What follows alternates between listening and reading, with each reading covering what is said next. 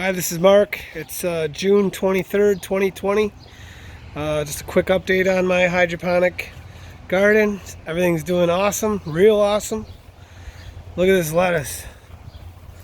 It's freaking, there's my hand. Look at that, it's crazy big. Roots are great, the NFT's working awesome. These tomatoes are thriving.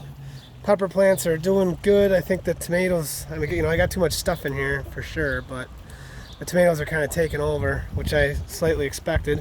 But the truth is I don't really know where to put everything right now. Going up on my deck, the crack key cherry tomatoes are doing good.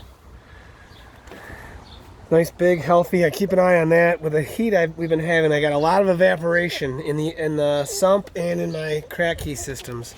Here's my Dutch bucket tomatoes. They're out of control, man. They're huge. I've been trimming them, the lower branches and stuff, but these things are ready to pop.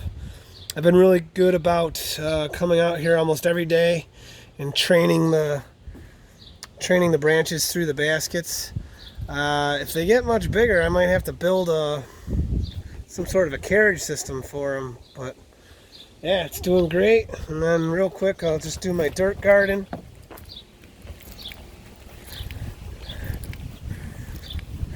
My squash is taking off like crazy. Cucumbers are just starting to move around and start vying out. These tomatoes are doing okay, but it's just a really good comparison. These are the same age as those over there. There's, soil. Now granted, this is one point to add to that though. The tomatoes that I moved into here came from a hydroponic system, and when I planted them in the soil, they went into shock. So you could easily say they're about a week behind just because of that.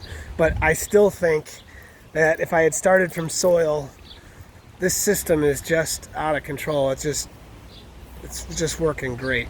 So that's it for now. See you. Goodbye.